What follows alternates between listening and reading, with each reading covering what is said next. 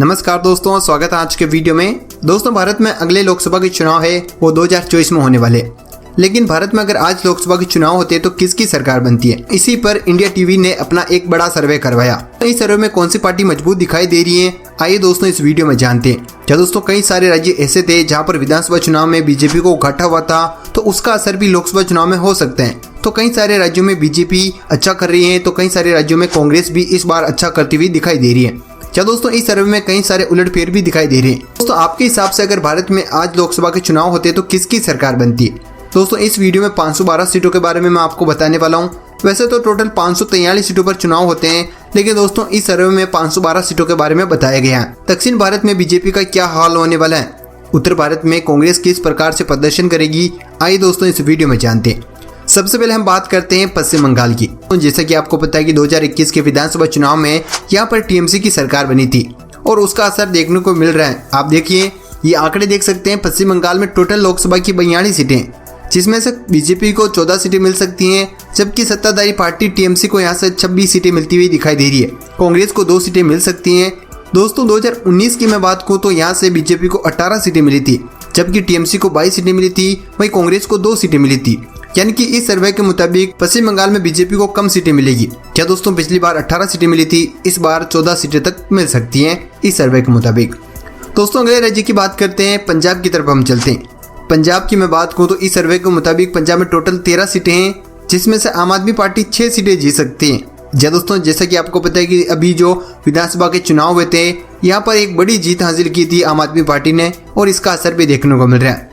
BJP यहाँ से 3 सीटें जीती हुई दिखाई दे रही है। अकाली दल को यहाँ से 1 सीट मिलेगी, जबकि कांग्रेस के खाते में यहाँ से 3 सीटें जाती हुई नजर आ रही है। तो 2019 के लोकसभा के चुनाव के आंकड़ों पर नजर डाले, कांग्रेस ने यहाँ से सबसे ज्यादा सीटें जीती थी, 8 सीटें। बीजेपी को यहाँ से 2 सीटें मिली, आम आदमी पार्टी को 1 सीट मिली थी।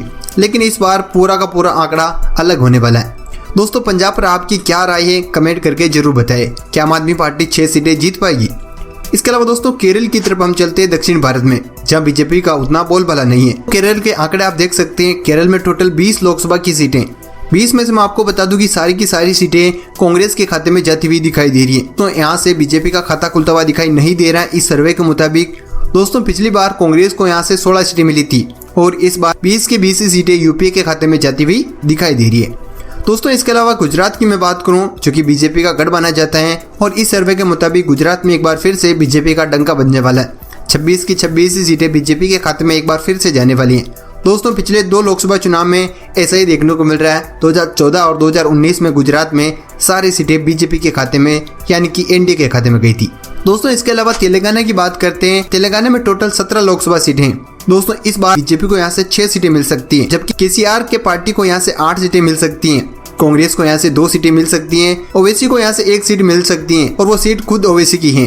जी दोस्तों, तेलंगाना के आंकड़े कुछ इस प्रकार रह सकते हैं। इसके अलावा जम्मू कश्मीर लद्दाख की हम बात करें तो वहाँ पर टोटल 6 सीटें हैं। 6 में से 3 सीटें बीजेपी के खाते में रह सकती हैं, जबकि 3 सीटें नेशनल कॉन्फ्रेंस के खाते में रह सकती हैं। और 2019 के आंकड़े के मुताबिक भी यहाँ से 3 सीटें बीजेपी को गई थी। इसके अलावा दोस्तों, आंध्र प्रदेश की बात करते हैं। आंध्र प्रदेश में बीजेपी का खाता खुलता हुआ दिखाई नहीं दे रहा। लोकसभा की टोटल 25 सीटें हैं। जगनमोहन रेड्डी की पार्टी को यहाँ से 19 सीटें मिलती हुई नजर आ रही है। इस सर्वे के मुताबिक 19 सीटें उन्हें मिलेगी, जबकि 6 सीटें टीडीपी के खाते में जा सकती हैं। यानी कि 19 सीटें जगनमोहन रेड्डी की पार्टी को जाएगी, जबकि 6 सीटें चंद्रबाबू नायडू की पार्टी को जा सकती हैं इस सर्वे के मुताबिक।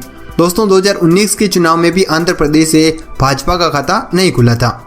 दोस्तों, इसके अलावा बिहार की बात करते हैं। बिहार में मैं आपको बता दूं कि टोटल 40 लोकसभा की सीटें हैं। इस बार इस सर्वे के मुताबिक बीजेपी को यहाँ से 21 सीटें मिल सकती है, जबकि जेडीयू को 14 सीटें मिल सकती हैं। आरजेडी को 4 सीटें मिलती हुई दिखाई दे रही है। यहाँ पर कांग्रेस के खाते में सिर्फ 1 सीट जाती हुई नजर आ रही है। दोस्तों, अगर मैं 2019 के आंकड़ों की बात करूँ, बीजेपी और जेडीयू ने एक साथ मिलकर चुनाव लड़ा था। बीजेपी को 17 सीटें मिली थी, जेडीयू को 16 सीटें मिली थी। क्या दोस्तों, ये गठबंधन टूट गया है? तो इसका असर भी लोकसभा चुनाव में देखने को मिल सकते हैं। दोस्तों, इसके अलावा महाराष्ट्र की तरफ चलते हैं। महाराष्ट्र में टोटल 48 लोकसभा की सीटें हैं। दोस्तों, इस सर्वे के मुताबिक यहाँ से 26 सीटें बीजेपी को मिल सकती हैं, 3 सीटें मिल सकती है उदय ठाकरे गुट को। तो इसके अलावा एकनाथ शिंदे के गुट को यहाँ से 11 सीटें मिल सकती हैं इस सर्वे के मुताबिक, जबकि बाकी की सीटें यूपीए को जा सकती हैं। क्या दोस्तों, पिछली बार की मैं बात करूँ तो शिवसेना और बीजेपी ने एक साथ मिलकर चुनाव लड़ा था, जहाँ से बीजेपी को 23 सीटें मिली थी, शिवसेना को 18 सीटें मिली थी।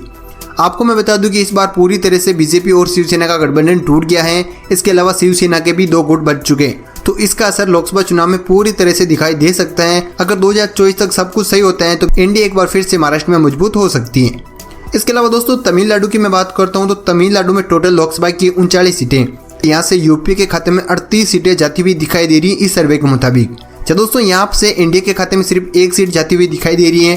मैं आपको बता दूं कि 2019 में भी कुछ इसी प्रकार का आंकड़ा रहा था। यूपीए के खाते में 38 सीटें गई थी जबकि एनडीए के खाते में केवल एक सीट आई थी और इस सर्वे के मुताबिक एक बार फिर से ये आंकड़े रह सकते हैं। इसके अलावा दोस्तों राजस्थान की बात करते हैं तो राजस्थान में एक बार फिर से सारी की सारी सीटें जा सकती हैं एनडीए के खाते में। पिछली बार भी यही हुआ था, सारी सीटें एनडीए के खाते में गई थी। इसके अलावा दोस्तों उत्तर प्रदेश की बात करते हैं जहाँ लोकसभा की सबसे ज्यादा सीटें हैं 80 सीटें। इस बार धमाकेदार प्रदर्शन कर सकती है बीजेपी इस सर्वे के मुताबिक। 80 में से 76 सीटें जीत सकती हैं। सपा के खाते में 2, कांग्रेस के खाते में 2 सीटें जा सकती हैं।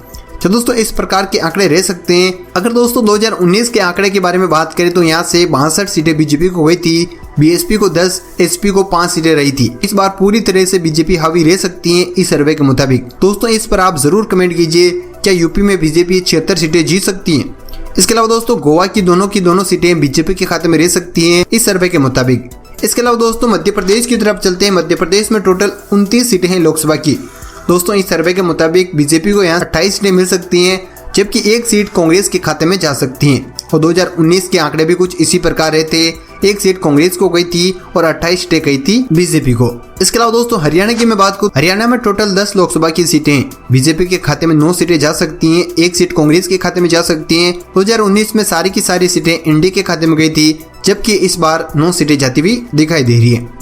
दोस्तों कर्नाटक की बात करते हैं तो कर्नाटक में टोटल 28 सीटें और इस सर्वे में 28 में से 23 सीटें बीजेपी के खाते में जा सकती हैं जबकि 4 सीटें कांग्रेस को मिल सकती हैं। जनता दल के खाते में 1 सीट रह सकती हैं। वहीं दोस्तों पिछले लोकसभा चुनाव की मैं बात करूं तो यहाँ से बीजेपी को 25 सीटें गई थी लेकिन इस बार इस सर्वे के मुताबिक 23 सीटें उन्हें जा सकती हैं। तो दोस्तों ये सर्वे था इंडिया टीवी का। जहाँ दोस्तों बड़े बड़े राज्यों के बारे में मैंने आपको बताया कि किस राज्य से किस पार्टी के खाते में कितने सीटें जा सकती हैं। दोस्तों इस सर्वे पर आप अपनी राय जरूर दीजिए, क्या ये सर्वे सटीक साबित हो सकता है। दोस्तों इस सर्वे के मुताबिक हम देखें तो एनडीए एक बार फिर से सत्ता में आ सकती है। लगातार तीसरी बार एनडीए केंद्र में अपनी सरकार बनाएगी और यूपीए को एक बार फिर से विपक्ष में बैठना पड़ेगा। क्या दोस्तों एक बार फिर से एनडीए अपनी सरकार बना पाएगी? इस सर्वे पर अपनी राय जरूर दीजिए। साथ ही दोस्तों अभी तक आपने इस चैनल को सब्सक्राइब नहीं कर रखा है तो भी फटाफट से कर दीजिए।